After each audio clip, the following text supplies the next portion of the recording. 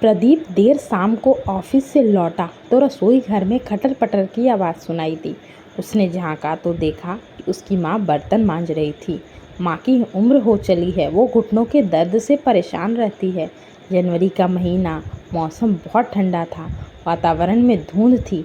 इतनी ठंड महसूस हो रही थी कि उसके कान सुन्न हो गए थे। उसने आगे बढ़ा और अपने बैग को अपने कमरे में रखा। हाथ मुँह धोने बाथरूम चला गया, गीज़र ऑन किया, फिर बेडरूम का जायज़ा लिया।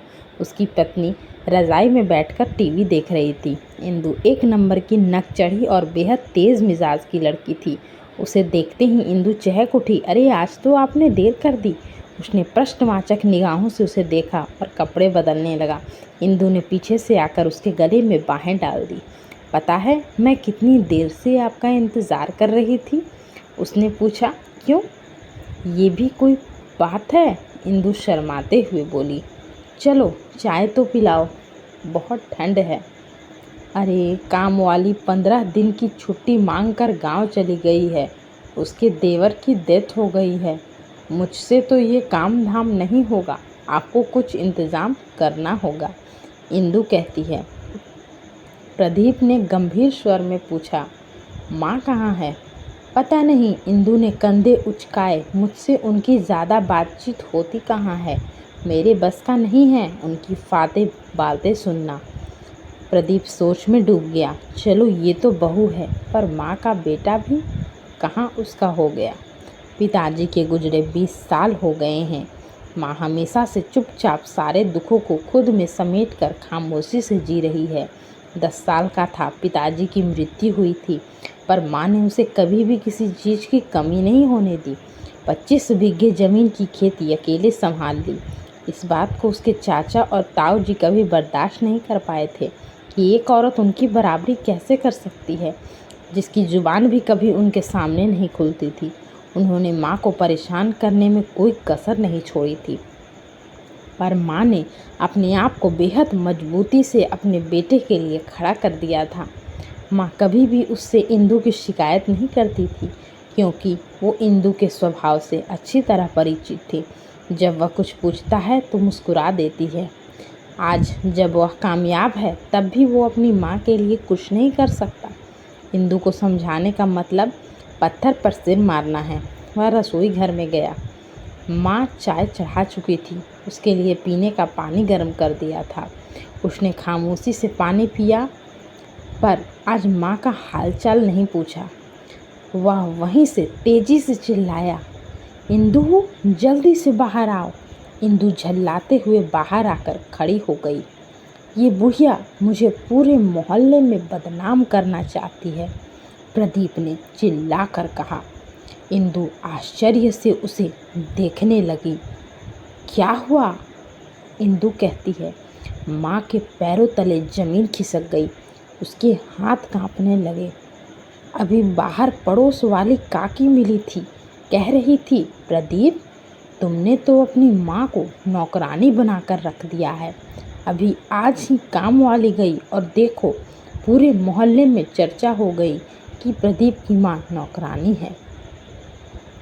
इसलिए ही तो मैं तुम्हें कहती हूँ चलो अलग रहेंगे, पर तुम मेरी सुनते कहाँ हो, इंदु कहती है। माँ की आंखों से आंसू गिरने लगे। उसने कोई सफाई नहीं दी, चुपचाप भारी कदमों से अपने कमरे में चली गई।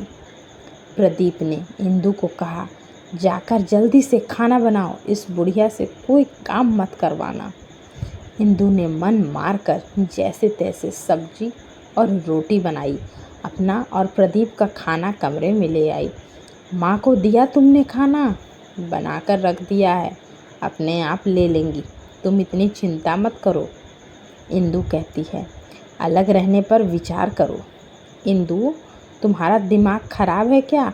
इतनी ज़मीन जायदाद घर सब कुछ माँ के नाम पर है। तुमने अगर यहाँ से अलग होने की बात की तो हमारे हाथ से सब कुछ निकल जाएगा। पर वो तुमसे बेहद प्यार करती हैं, वो ऐसा कुछ नहीं करेंगी। तुम बेवकूफ़ हो इंदु, सारे रिश्तेदार ताक में रहते हैं, इसलिए तुम कम से कम माँ का साथ अपने मतलब के लिए तो सही रहने का ढोंग कर सकती हो। इंदु लालची है, इसलिए चुप रहकर सोचने लगी। तुम खाना खाओ, मैं ज़रा अभी आया, माँ को खाना देकर आता हूँ। कहीं मोहल्ले में चुगली कर दी तो हम दोनों की बहुत बदनामी होगी। वह रसोई घर में गया।